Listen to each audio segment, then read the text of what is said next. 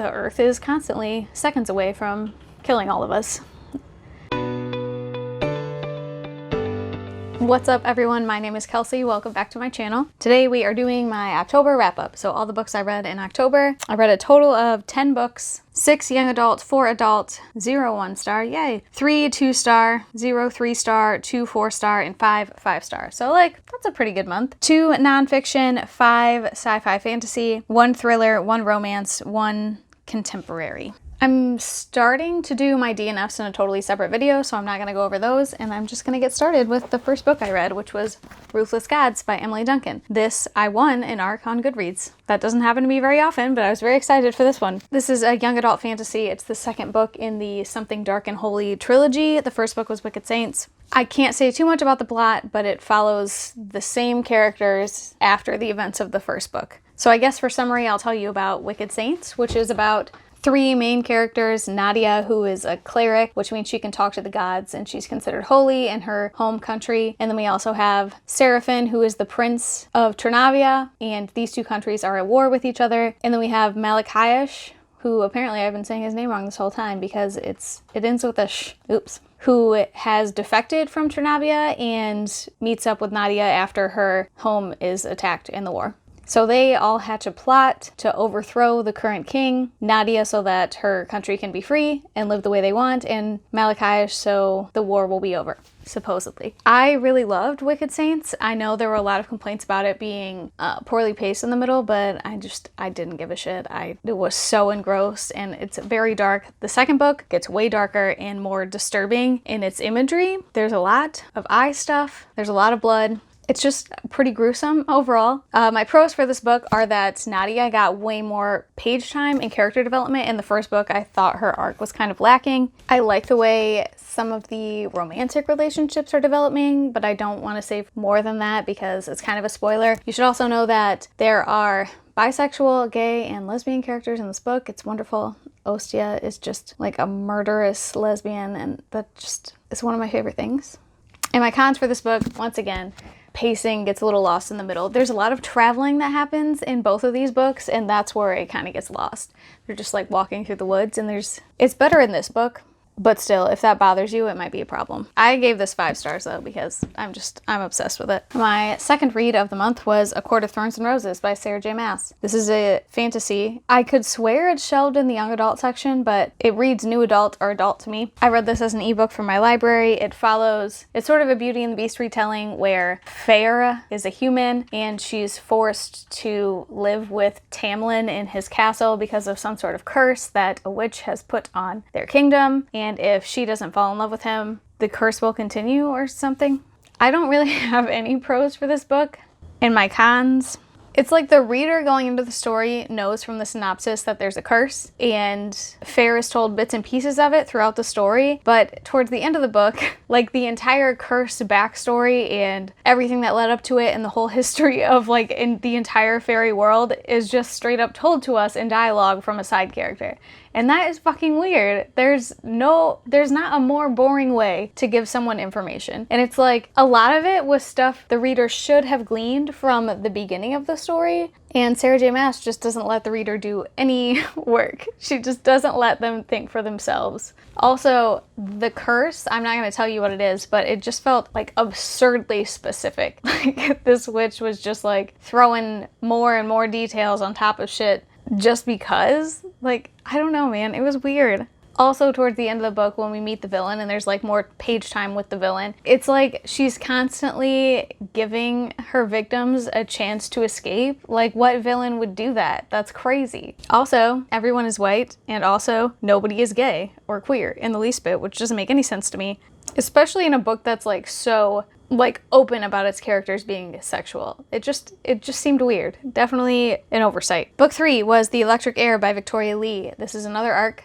It's the sequel to The Fever King by Victoria Lee.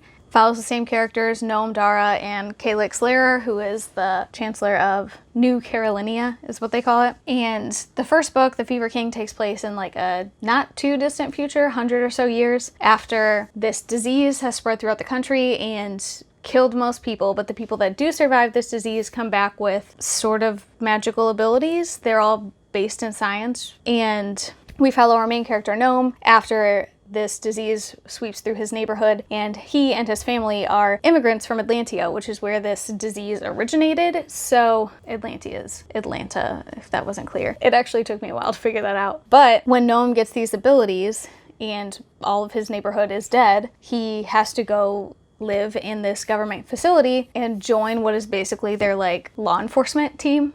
Book 2. Book 1 I really enjoyed. I gave it 4 stars. But book 2 like blew my fucking mind. It was hands down a 5-star book. And it was like one of those that was so good that like I questioned some of my other 5-star ratings. Like if this is a 5-star book, some of my other 5-star books were not this good.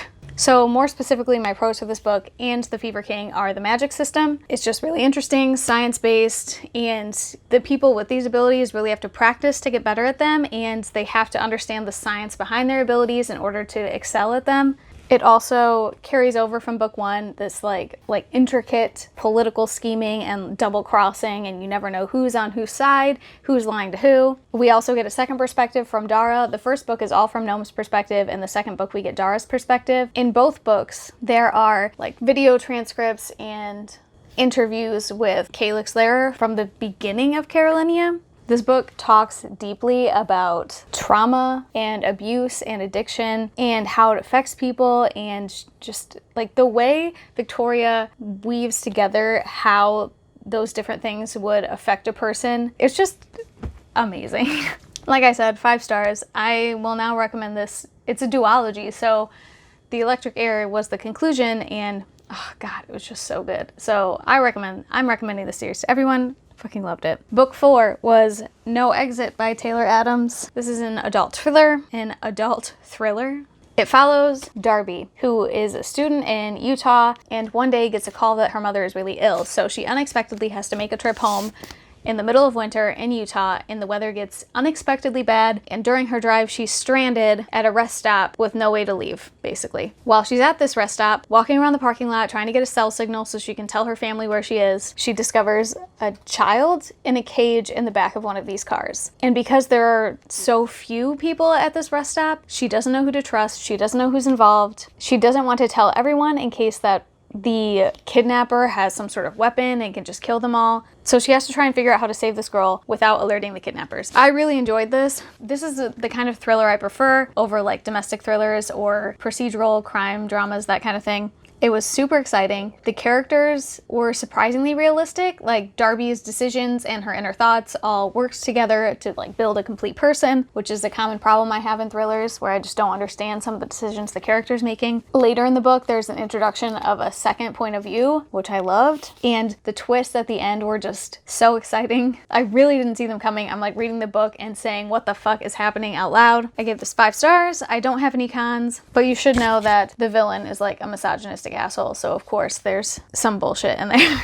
Book 5 is Bloom by Kevin Panetta and Savanna Ganucheau. I looked that up, hope that's right. This is a young adult contemporary graphic novel. What is wrong with my voice today? A young adult contemporary graphic novel. It all takes place during one summer when our main character Ari is kind of trying to determine his future, basically. He's in a band with a group of friends and they all want to move to the city to try and make it, but his family runs a small bakery and they need his help. So Ari finds someone to hire, Hector, in order to kind of take his place. And then, of course, a romance develops between Ari and Hector. It's very cute. I love the art style. Like, it's monochromatic, but there are some really pretty panels of them baking that are just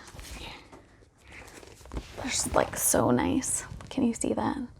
So yes, very sweet. The characters felt genuine. There's a lot of like interesting things to say about family dynamics and young romance. I don't have any cons for well, I guess I have one con, and that's it's a little surface level emotionally, but it was just what I needed. I gave it 4 stars. Book 6. Now this might be a surprise considering how much I disliked A Court of Thorns and Roses, but I asked on Twitter if people thought the second book got better, and 60% of people said yes, and I got a couple comments saying that the character development was better in book 2, etc. So I read A Court of Mist and Fury by Sarah J. Maas, which picks up where book 1 lets off. I read this as an ebook as well. So my pros for this are that the comments were right. The character development is better in book 2, and you get a lot more growth from the characters and a lot more interesting dynamics between all of the characters. There's more characters in this book that actually seem like characters and not just like side people that we brush off. Unfortunately, that's my only pro. My cons are that, once again, everything we learn about the other characters is through dialogue from other characters. So we've got one character telling this person's backstory and another character telling this person's backstory, and it's just not an interesting way to get information. I was like so annoyed during these passages. Like, give me something else. Give me another way to learn about these characters. You don't need to know someone's entire backstory in order for them to be a fully fleshed person, you know? And my same complaints as book 1, where Sarah J. Maas seems to not let the reader figure out anything for themselves. She spells out everything that's happening and the implications of everything that's happening when, like, leave a little something to the imagination. And the ending was super contrived. It's like there's this big climax scene with all these characters and villains in one place, and like everything's happening, and I'm just like, while all this shit is happening, I'm just rolling my eyes like, this is so ridiculous and over the top. Also, nobody is gay still, and everyone is still white. There is one character that's described as having a dark tan. I don't know what that means. So I gave it 2 stars. Book 7, Fortitude Smashed by Taylor Barton. This is an adult romance, but like with a sci-fi twist, and it follows Shannon and Aiden in this world where science has figured out, I mean, it's a little wishy-washy on actual science, but suspension of disbelief here. Science has figured out a way to count down to when a person will meet their soulmate, and they each have a little countdown clock embedded in them. And when 2 clocks or more, or none, time out at the same time, you've met your soulmate. So Shannon and Aiden's clocks time out at the same time, and this is their love story. But my pros for this book are that it is enemies to lovers, soulmates. That's perfect. That's like the fanfiction AU I want for every book. And it worked so well because Shannon is a cop and he is pretty straight-laced, and they meet when Aiden is attempting to commit a robbery, and that's when their clocks time out, and like that shit cracked me up. More pros are this book is casually queer, a bunch of people are queer, nobody questions anything.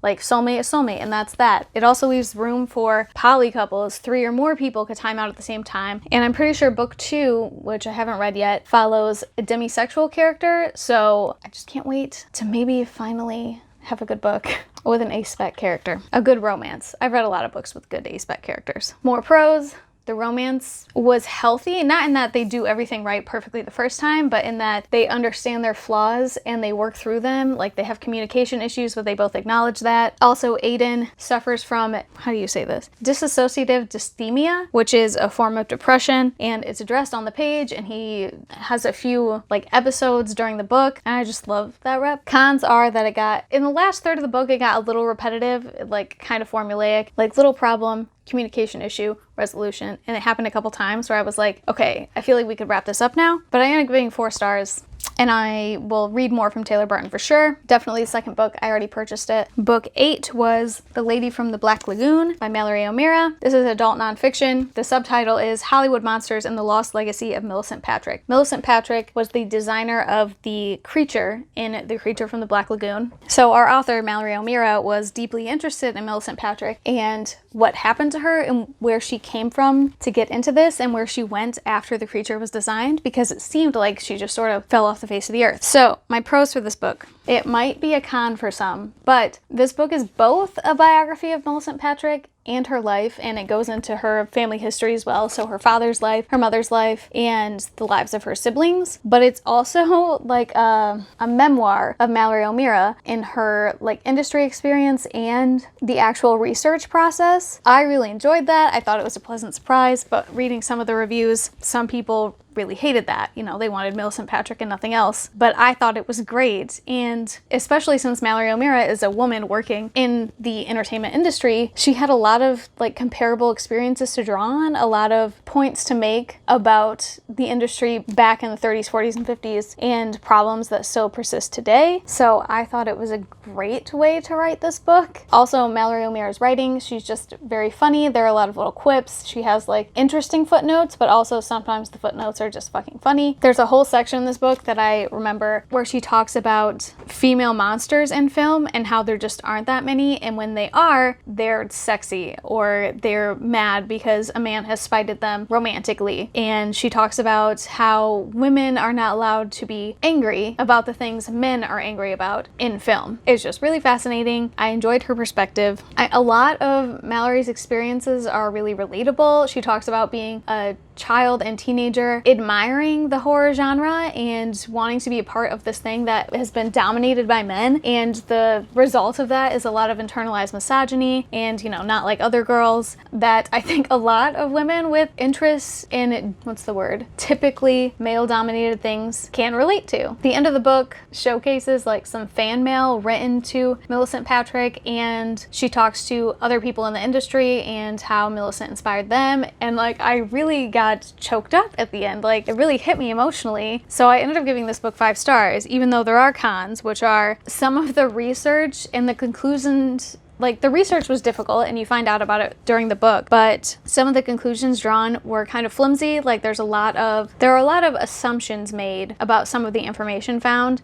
that I wouldn't say is completely factual, but still made for an interesting read. I feel like the author is pretty transparent about when things couldn't be 100% verified, so I don't think you're getting inaccurate information, just not complete information, if that makes sense. But yeah, 5 stars. I recommend this for nonfiction readers. I really enjoyed it. Book 9 was, oh, actually I have a physical copy of this one. A Short History of Nearly Everything by Bill Bryson. I listened to this audiobook. It's another nonfiction, and the title pretty much tells you what it's about.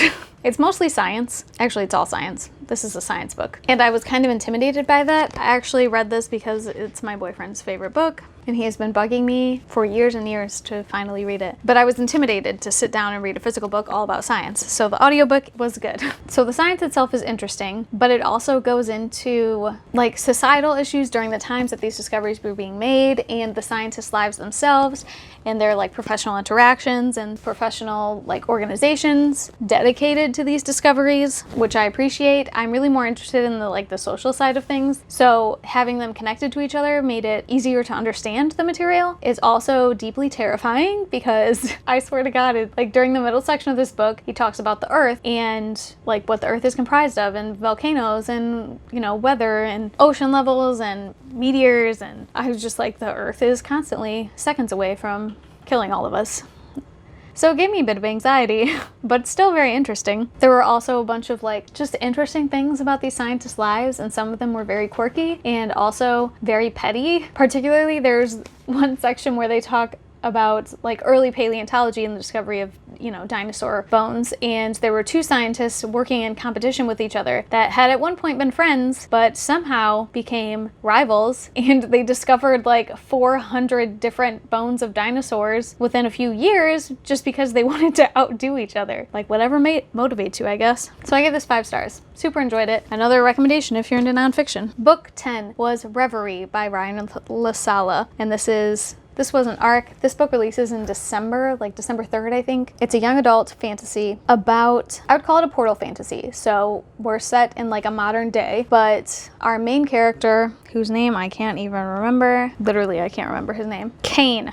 So our main character, Kane, has lost his memory after what seems to be a really bad car accident, and we follow him trying to pick up the pieces of what happened and what's been going on with him. I'm just going to like look at the Goodreads. I'm having a hard time summarizing this. Kane Montgomery, a gay teenager piecing his life back together after an attack robs him of his memories. As Kane searches for who he was, he uncovers a war for the creation of reality itself, each battle played out in an imagined world turned real, a reverie. So really there's no great way to summarize this, but suffice it to say, Kane finds out that or stumbles into really a reverie, which is sort of a dream world fantasy from someone's subconscious that comes to life. It's so hard to summarize this in a way that really tells you what the book is about, because the setup is so unusual with the memory loss. But Kane has forgotten everything for the last couple months, and then like spots from his distant past. So he has a group of friends that he doesn't remember at all. There's a boy around that he thinks is watching him, but he doesn't remember him. He doesn't know what these reveries are. He doesn't know what they do. He has some sort of powers, but he doesn't understand them or how they work. There's an evil drag queen sorceress who is telling him that she can help him gain his memories back and save the world or whatever. So my pros for this book are that clearly that's an inventive, unique setup. I've never heard of anything like it before. There's also a great sibling relationship. Cain and his sister Sophia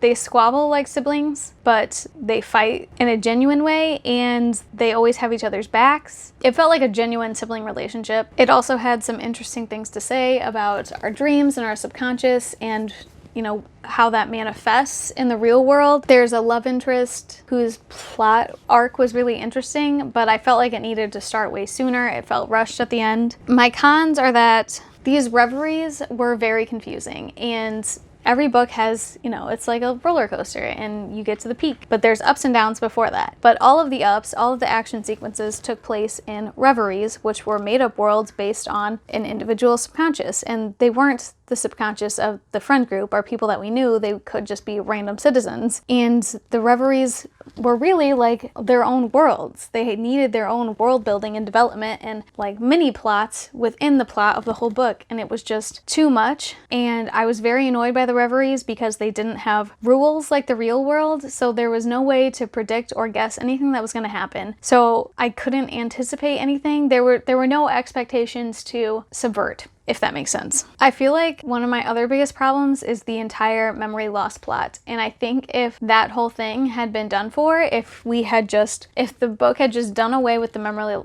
memory loss plot and started the book a few months earlier from what Cain was trying to remember, it would have been more successful, because I was confused by everything happening in the reveries. I was confused by the real world because Cain didn't remember anything and we only get his perspective. He's trying to piece all these things together that I don't understand. So the whole thing felt like a very confusing mess. And I'm super disappointed because this book sounded really interesting and I only gave it 2 stars. I'm super bummed about it, all right? This is the second arc I've ever gotten where I'm expected to write a review and it's going to be negative, and that sucks. That's a sad end to my wrap up, but those are all the books I read in October. Let me know what you read this month, or if you've read any of these and you want to talk about them. If you like this video, hit like. If you want to see more, subscribe. I post book-related videos every Wednesday. If you want to keep talking, you can find me on Twitter and Instagram at Kelsey Reads, or Goodreads at Kelsey Lynn Reads.